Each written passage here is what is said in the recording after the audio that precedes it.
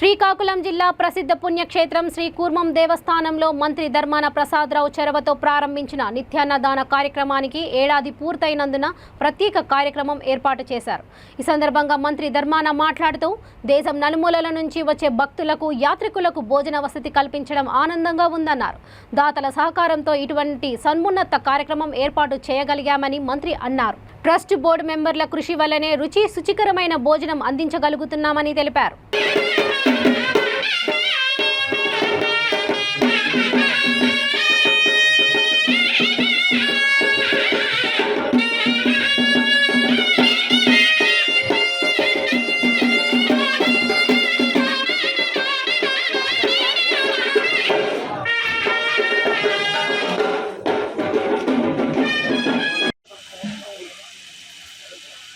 అర్చక పెద్దలు, నాతో వచ్చినటువంటి ప్రజాప్రతినిధులు, ఆహుతులైన శ్రీ కూర్మనాథ స్వామి భక్తులారా, పాత్రికేయ మిత్రులారా, ఈరోజు మేమంతా దర్శనం చేసుకోవడానికి ఇక్కడికి రావడానికి కారణం, ఈ ప్రముఖ దేవాలయంలో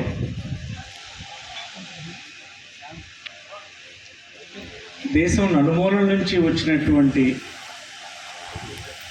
భక్తులకు యాత్రికులకు భోజన వసతి కల్పించి సంవత్సరం పూర్తయిన సందర్భంగా నేడు ఇక్కడ జ్ఞాపకం చేసుకోవడానికి పెద్దలంతా ఒక కార్యక్రమాన్ని ఏర్పాటు చేస్తే దానికి మేమంతా రావడం జరిగింది. చాలా సంతోషంగా ఉంది. ఈ సందర్భంగా సాంప్రదాయబద్ధంగా భగవంతుని దర్శనం ఇప్పించి, ఆశీర్వచనం ఇప్పించి, ట్రస్ట్ బోర్డు మెంబర్స్ చేసిన గౌరవాలన్నీ అందించి మమ్మల్ని అభిమానించినటువంటి మీ అందరికీ కృతజ్ఞతలు తెలియజేస్తున్నాను. ఇక్కడ నడుపుతున్నటువంటి భోజన వసతి దేశంలో ఉండేటువంటి కొంతమంది దాతలు ఇచ్చినటువంటి సహాయంతో నడుస్తూ ఉంది.